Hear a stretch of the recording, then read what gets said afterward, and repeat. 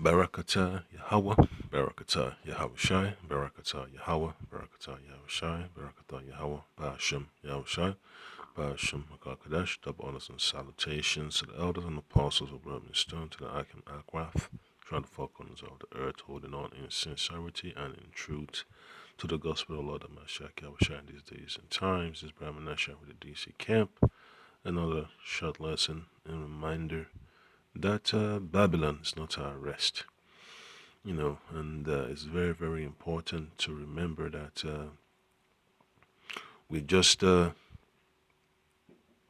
supposed to be looking forward to the signs sent by the Lord to prepare ourselves, for the wrath to come. All right, and that's why that situation in California, the wildfires, is just a stark reminder that destruction is coming. And that's the reason why the Lord always like to speak through through satirical moments, man. Just like when you saw the video of the reporter asking the Jake, what's going on with all the wildfires. He said, well, it's because of all the sodomites in LA. But that's just the spirit of the Lord, man. It helps to keep you grounded. That's what Isaiah 33 and 6 is all about. And wisdom and knowledge shall be the stability of thy times, all right? And the fear of the Lord is our treasure, all right? So that's what we should value, the wisdom the Lord has given unto us to remember that his words reign in the kingdom of men. And that, it's will behoove us, to keep that in mind, on a constant basis, man. Because while a lot of people are crying, yelling, and screaming because of their losses, they're having all types of heartaches that the insurance companies are not going to support them.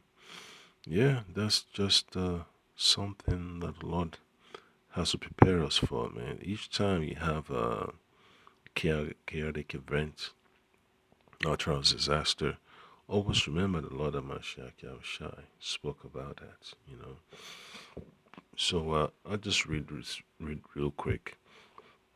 Micah chapter 2 verse 10. Arise ye and depart, for this is not your rest, because it is polluted.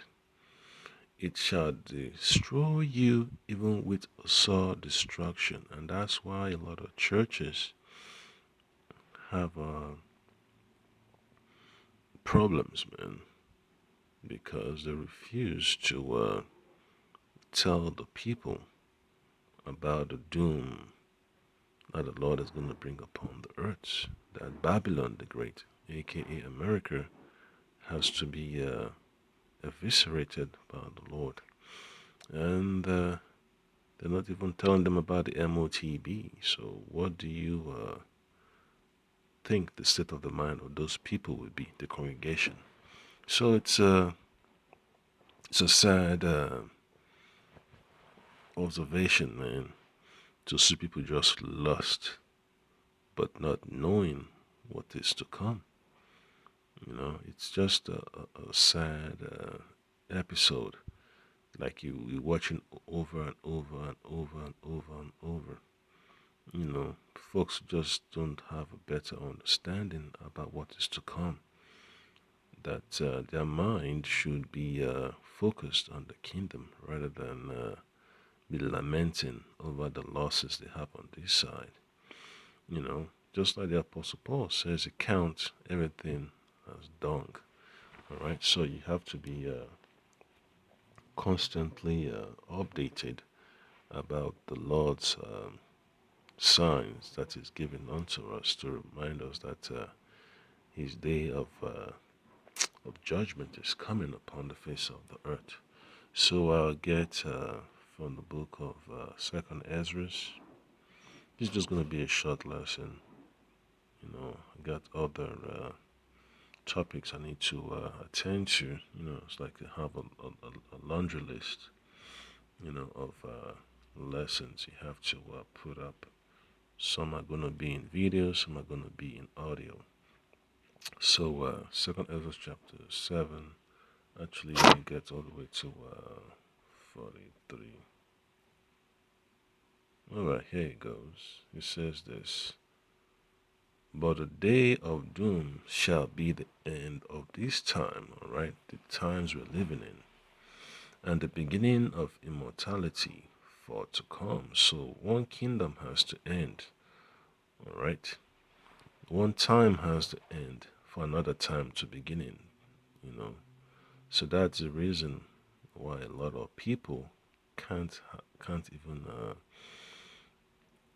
understand it, man. They're so tied to the times of oppression. They can't really see themselves in the times of immortality, right? Wherein corruption is past. So when the corruption of this kingdom, of this world, has been broken down, then you'll be able to have that perfect sigh of relief. You would not have to be looking over your shoulder if danger is coming for you, all that stuff, man, all the negativity that Babylon has pumped into our system, would have been flushed out by the time the Lord Amashak Yahushai has delivered us from this place. So that's the victory we're looking forward to, man. Yeah, you can't have no real victory in this kingdom of Babylon, man. I think you're gonna hold on to it outside the works of this ministry, man. It's just a constant loss. Even like myself, I'm battling all types of, you know, demons on the job, demons in the neighborhood, all that stuff, man. And you still have your personal demons to deal with. The journey of temptation that you have to fight through. It's part of this ministry, man. You have to learn to go through these plagues, man. These temptations that we're going through is basically a plague that you have to learn to guard yourself against, man. It's a plague upon the earth. That's why you have to use all the remedies that the Lord has provided, to keep your system protected. You need to have a hedge, right? So Second Ezra chapter 7 verse 43, but the day of doom shall be the end of this time, alright? The time we're living in is the time of the serpent, the time of Esau, the time of the so-called white man. Alright. And the beginning of the mortality to come, and that's the time of Jacob. Second Ezra chapter 6 verse 9. That helps you out. Warning, corruption is over. Well, corruption is past, alright? So 44 says, intemperance is at an end, infidelity is cut off, righteousness is grown, and truth is sprung up. So that's what it is, man. The Lord has said that Babylon shall not be inhabited anymore. So why are people trying to force themselves to hold on to a place that's been condemned? So Second Ezra 6 and 9 says, for Esau is the end of the world, and Jacob is the beginning of it that followeth.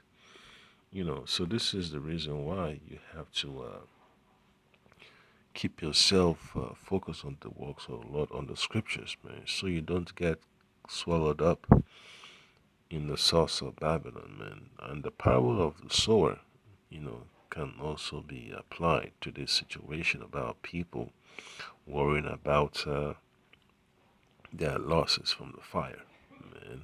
That's something you have to remind yourself about, man, because they know that the Lord, is the Almighty, but they're so tied up with their possession. They're so tied up in trying to be comfortable in a place that's filled with plagues and heartaches. So let me play this clip immediately and I'm moving to the next precept. This is the old Judite mama, grandma, she's sad, but still calling on the Lord. But hey, she has to understand that this is the future of Babylon, man. You cannot get beyond what the Lord is gonna do, man. You cannot have your own say. The Lord's judgment has to stand. I'm standing here in the front of my house. I have been here for over 40 some years. But thank God I'm here. I will reveal better than ever. And I thank the Lord, yes, to be here, to be able, yes, to reveal. Yes. God is good. Yes, He is. All the time. All the time. All the time. All the time. Yeah. So it's better to rebuild in the kingdom. In the kingdom, man. That's why the Lord of Mashak Yahushai talks about, where your treasure is, there your heart shall be also.